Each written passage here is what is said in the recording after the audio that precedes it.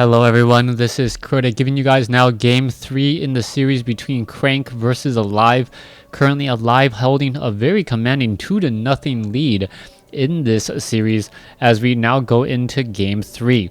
Over here on the top left hand side of the map we have Crank spawning as the red Protoss. Meanwhile over here on the bottom right hand side of the map we have Alive spawning as the blue Terran. Terran versus Protoss once more. Would have been surprised if any of them actually did decide to change their racial matchup here, as we're looking at Alive doing a good job of doubling up SCVs here on Aquilon Waste. Meanwhile over here on the top left, Crank not too shabby either, doing the same exact thing, very effective at making sure that there are only 2 probes at each of the closer mineral patches when every second makes a difference in StarCraft 2. These small tricks right here is really what distinguishes the pros between the average player. Let's see what's going to be coming down, as Alive is already setting up a very fast refinery here. Refinery first before barracks, and we may see a similar play as what we saw in game 1. SCV is now wandering around here, going to be placing that barracks here near the front door, making sure that it does have a very good revelation. No real chance of a probe trying to slip by and getting inside the base without being undetected. Meanwhile, Crank at the same time is going in for a gateway and an assimilator. One assimilator only. It looks like a second assimilator will be placed down, and Crank is going to be doing that double probe trick or 2 probe trick on each of these 2 assimilators, knowing that the return rate off of 2 probes is actually better than per probe than for 3 for each of these assimilators here. We are looking at this probe, making sure that there is no expansion. Probe now going to come up the ramp, spot the barracks, and we should be training into a very fast Reaper and perhaps a proxy factory as we saw earlier. There is that Reaper once more. This SCV looking to perhaps place down a factory off over here just outside of range, and then perhaps go for a possible strike. No, the SCV just wandering around here. I'm not sure where he's going next, and it looks like he's just going to be hiding it down over here in plain sight, so to speak, building a factory there instead.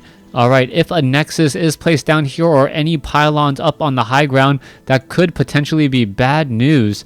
I'm not exactly sure why he's placing the factory so close to the natural minerals. It may get scouted out, but then again, I don't know how often a Protoss player actually checks behind the mineral patches to make sure that there are no buildings on the low ground there. We are looking at the Reaper now, looking to do a bit of scouting. Is it going to spot that probe? Yes, it will, as the mothership core is already underway.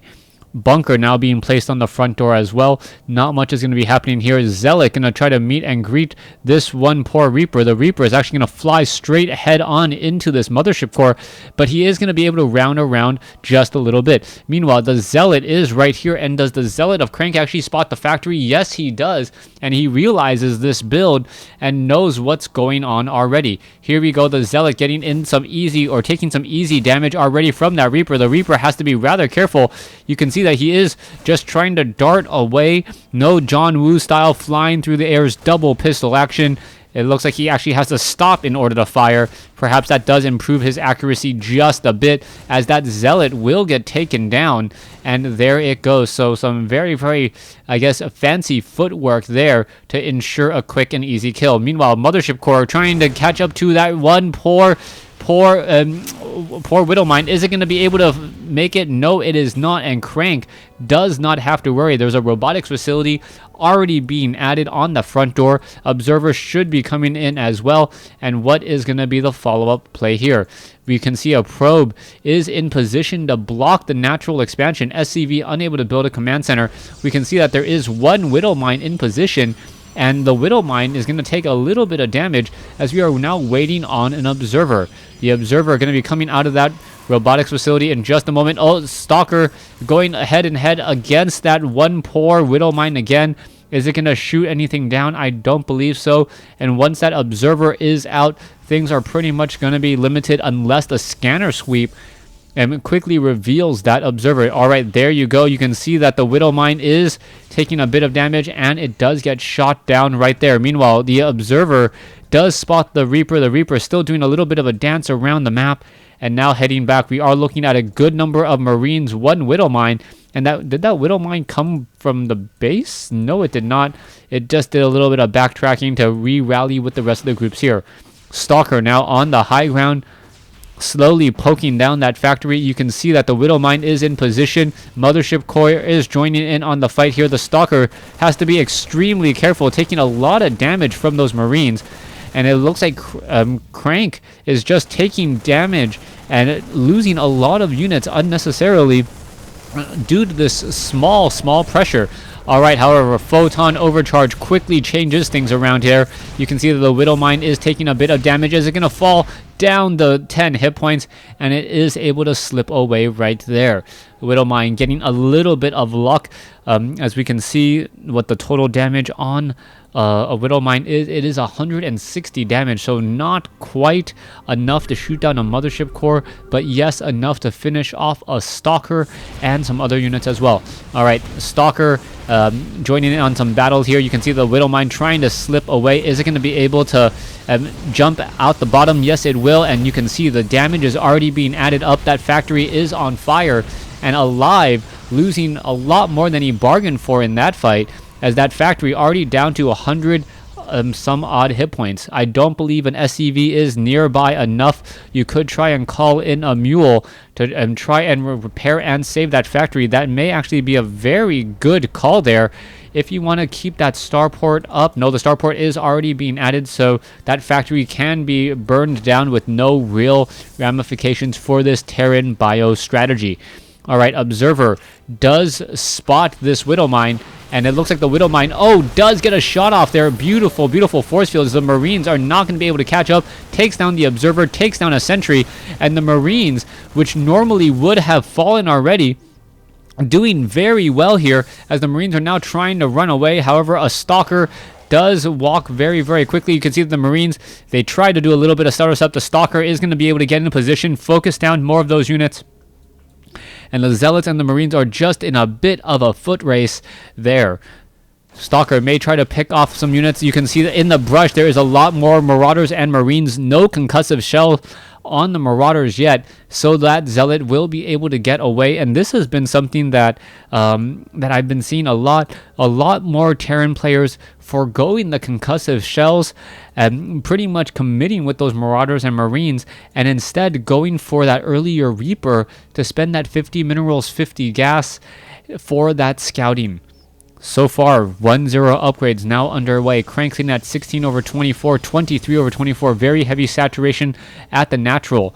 Alive's income is pretty impressive. 52 harvesters compared to 42. Meanwhile, the army of the Terran is really where it's at. If this game does go longer, Crank should be able to pull out ahead, but it really comes down to these small scrimmages now, and Alive looks like he is going to be dropping straight here just beyond sight range, and now taking down a key pylon before making his way into that base here. There goes one pylon. The Photon Overcharge pretty much shutting down this drop before any real damage is dealt. 2 pylons lost, and the Marines and the Marauders are still hanging off over here, perhaps making their way down, shooting every pylon and every unit that they possibly can. There it goes. The Marauders and the Marines are engaging here. You can see that the Medevac trying to pick up all of those units. You can see also at the front door, the Marauders and the Marines going to try to charge up the ramp. However, the Photon Overcharge is there. Some beautiful force fields. The Widow Mine is going to burrow itself, and it looks as though the units will be able to get away. 2 Zealots running straight into a group of units here. Not too smart of a call. As you can see, all the units are just falling. Crank at this point has just been playing a game of defense, and even though Alive has been trying to battle up against these Photon Overcharges, he's been doing it very, very well. He's been taking down buildings, he's been doing damage, even though even doing damage beyond the range of those units there, of that Nexus there. That range is, I believe, 13, so that Nexus has a rather large footprint, making it difficult. Marauders and Marines are unloading here. There is a Colossus in position. There goes some force fields, and the Marauders and the Marines are doing a fair bit of damage. A lot more Marauders than I expected initially, and that Marauder looks as though it is not going to finish off that Colossus. One more Marauder hit would have been enough, as we now look at a little bit of an exchange there as well. Let's take a look. I believe that's a whole bunch of Marine parts right there. Zealots and Stalkers need to re-engage. That Colossus needs to regenerate hit points as we're looking to take up a third base. Medevacs in position to heal up all of these units. You can see 1-1 upgrades have been completed. We have yet to go in the 2-2. Medevacs wanting to get into this 12 o'clock location here, perhaps catching some of these units out of position. And there you go, another drop into this ledge right here. The Medevac is spotted, so we are going to be seeing the Colossus get in here. Oh, the Marauder is going to get way too close. There it goes. The Colossus now taken down as the Zealots try to catch up once more. Medevacs quickly pick it up and now going to drop down here at the third base. No, deciding to forego that attack there. No, it looks like they decided to come back once more, and Crank is going to end up canceling this Nexus most likely. It looks as though the Nexus down to 100 some odd hit points, and there it goes. No cancellation. Medevacs now on the run once more. 400 minerals quickly lost as we're now looking at the Rock Tower being destroyed in order to add in a little bit of extra protection here at this back door. So far, Alive doing a great job constantly putting pressure on his opponent. You can see a lot of barracks in production here. 8 barracks, 2 of them currently being constructed, training up a whole bunch of Marines and Marauders. 4 Marauders and 4 Marines being trained up at a time. And this constant production is really what's giving Alive a little bit of a difficult time, able to train up those units even though all the fighting is happening and being extremely aggressive here. You can see the Medevacs coming in for a drop, and the problem is this double cliff. The Colossus are unable to traverse up and down this cliff at all. And because it's unable to traverse up and down this cliff, it really puts them into a little bit of a sticky corner. You can see that the Medevacs now trying to fly back perhaps off to the north. The Zealots are in position. There is an observer right there, but this is calling a lot of the forces to the back of the base. And what we're going to see is perhaps a little bit of a split prong attack. However, a High Templar is there. Oh, beautiful double feedback. One Medevac didn't have quite enough energy to get shot down, but that High Templar definitely worth its weight, stopping that drop before it really got started. Medevac down over here. You can see more Medevacs being unloaded. Alive not going to lose another Medevac to High Templars. He doesn't want that to happen. You can see the Marauders just running away, microing the lower hit point Marauder there. There is one High Templar in position trying to get there. Are we going to perhaps see a Psystorm as well? No, not quite yet, as those High Templars are a bit slow.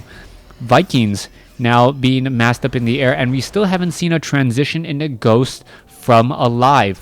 Ghost extremely effective. Marauders and Marines is going to run straight in, sniping down that High Templar before the attack, and I take it back. We are going to be going into the Ghost Academy. Mobius reactor being added on first, so those Ghosts will have enough for an EMP the moment they head out. Vikings now making their way over. Psystorm could be coming in, and let's see what's going to be happening. Oh, this could be potentially bad. There is a Psystorm there. The Marauders and the Marines trying to engage. Vikings getting in some free sniping there, as the High Templars unable to lay down the Psystorm underneath all of those Vikings. It is 3 bases to a potential 4, as Crank now setting up a base here at the 9 o'clock position. Mass Marauders and Marines still wandering around. Zealots all at the Zelnaga Tower here. They're going to be running for their lives as they know what's about to come into play. Alright, photon cannons all in position. A handful of Zealots being left behind at the potential drop-off point. These Zealots quickly getting killed by Hellbats, as we're now looking at, what is this? Look like a Zealot drop into the main. Missile turret comes in, and how much damage was dealt there? 2 workers versus 1, not much. That getting cleaned up before it really got started, as both sides now vying for positions with very, very large armies. Resources lost still higher for the Protoss, but the Protoss has been mining more in every fight. Army supply, really the telling story here though, a 30 supply difference in terms of army, and that is going to translate into some very, very big numbers later on. Even though the economy is stronger for the Protoss, it looks as though we are just constantly losing more units coming in from Crank, since Crank doesn't have enough units to really defend here. Alright, there goes a couple of quick attacks there. Another High Templar getting sniped down. Probes finding a way to get transferred as a Psystorm does rain in on a group of the central units there. Pretty much all the Marines and Marauders, pretty much all of them have taken a fair amount of damage. Alright, here you go. Colossus need to engage. High Templar does have Psystorm. There's some Guardian Shield. There's some EMP as well. And no Psystorm coming in. There's some Psystorm coming in from the north as High Templars did find their way through. And this is perhaps the very, very final push. It looks as though the Vikings have gone into ground mode now that all of those Colossus have been taken down. The Vikings really not that big of a threat though. It is just adding in a little bit of damage there, finally jumping into the skies as a High Templar now makes its way over. Is it going to be able to land a good Psystorm across all of those units? It looks like it might. Yes, it does take down a handful of those units as the Vikings now using those Gatling guns to try to finish off more units. Zealots charging their way through. The Marauders and the Marines still doing a bit of that stutter step, maximizing their damage while constantly being on the run. Zealot after Zealot is falling, and there you have it. That 30 supply difference ended up turning into a 30 supply difference between 45 and 80 army, meaning Crank is about half the size of his opponent. That is the difference there. Even if you trade effectively at 1-to-1 in terms of supply, when you get back down into these low numbers, 30 supply versus 30 supply, or 60 supply, that's when your opponent's army more than doubles you in size. He did have a bit of an advantage just trying to build all of these units, but he hasn't been able to effectively trade enough as the Colossus backs off, survives with 26 hit points, and now going to try and engage once more. There's the attack again. The Marauders and the Marines simply charging in to finish off the Colossus. Archon now going to get taken down. And as the war of attrition continues on, I believe the number in terms of army supply and worker supply just going to grow for Alive, and he's going to come out with a 3-0 victory in this best of 5 series over Crank. There goes that last Colossus. You can see, there's still pylons here powering up. High Templars wanting to come in and get in a Psystorm before merging into an Archon, but that is just not happening at all, as more reinforcements still reinforcing here.